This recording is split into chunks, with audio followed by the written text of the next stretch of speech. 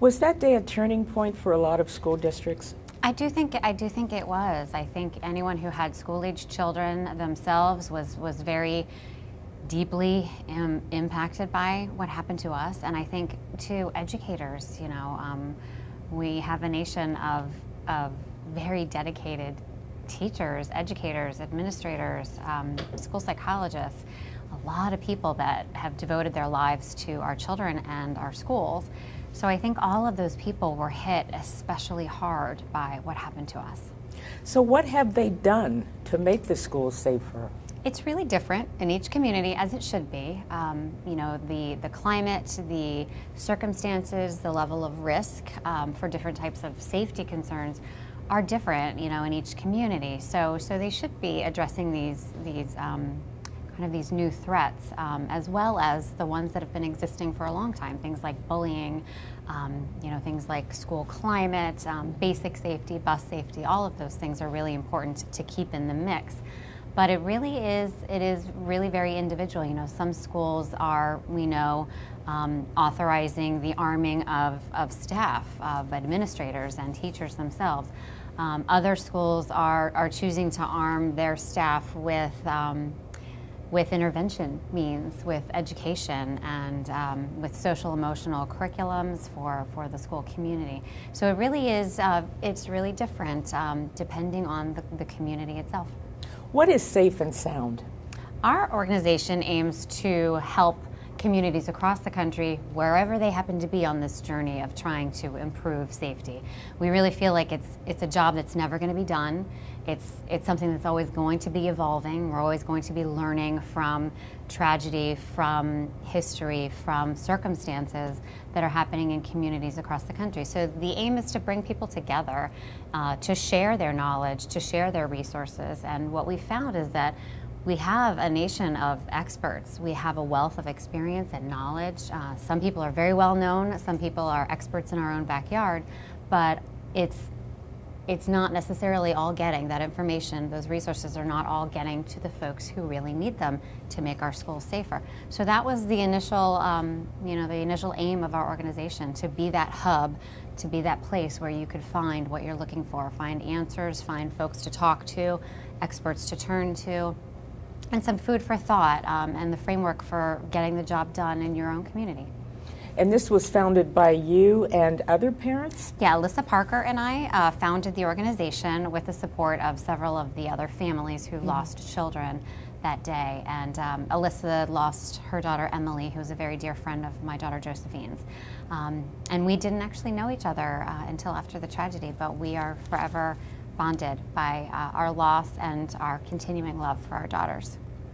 What is it that made you go this direction, to start this initiative, to do something after that day? I think it was a lot of things. Certainly being a mother, having lost a child in the tragedy, and I think a big part of it for me was the fact that I had been an educator as well. I was a second grade teacher at the time of Columbine, and I remember how deeply affected I was by those events and those losses and that tragedy in that one community. And the tragedies have continued to unfold over the decades. And I just remember standing in the parking lot that day of our school, Sandy Hook, and thinking, really, all of these decades have passed. We've learned all of these hard lessons. How come we're still here? We're not doing much better. It's time to start rethinking this. It's time to do something different. And so that's Safe and Sound. That's what you decided to do. Absolutely. Are you do you feel successful in that? I do. I really do. And again, I think that's in large part due to this moment in our time as a nation. We are all ready. We've lost enough beautiful children. We've lost enough loved ones and devoted educators. We are all at a point where we would like to do better. And I think it's that moment when we all need to come together and work to collaborate to make sure it really does happen. Can you tell me a little bit about, is it Josephine? Josephine, we call her Joey. Mm-hmm. Yeah. Can you tell me a little bit about her? Kind of a stinker, very mischievous, very, very silly and funny, always a big smile on her face. Really the light of our lives, and so incredibly devastating to lose her so suddenly, so unexpectedly and so terribly tragically. But what we're learning as we pick ourselves up after this loss is that she's still very much a part of our lives, that we still have this amazing relationship with her, and that she really is a part of pushing us to help others and to do something with our pain that's meaningful and can help prevent the pain and the suffering of other communities. Michele, is there anything that could have, as you look back, is there anything that could have prevented that tragedy? I think there's no one thing that you can point to after any type of loss or tragedy, whether it be, a horrible storm in a community or an active shooter, as rare as that is in a school community. There's seldom ever just one thing that you can point to and say, oh, if we had just done that, this never would have happened.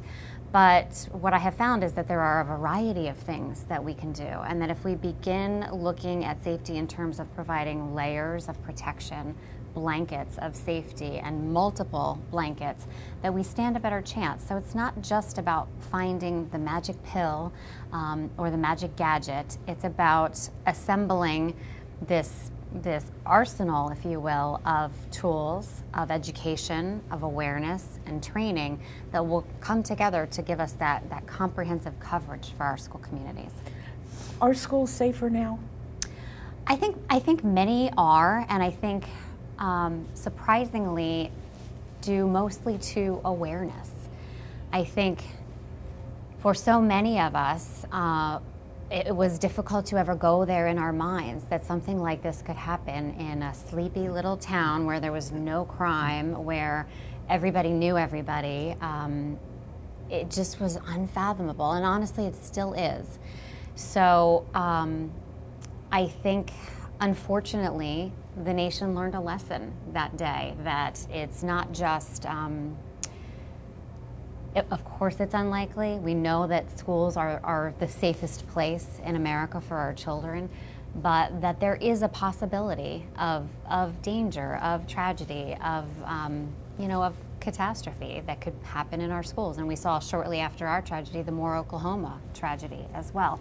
So it's a matter of being able to understand that that is a possibility that will help us to think in terms of prevention and preparation and assembling all of the tools and the training and the knowledge that we need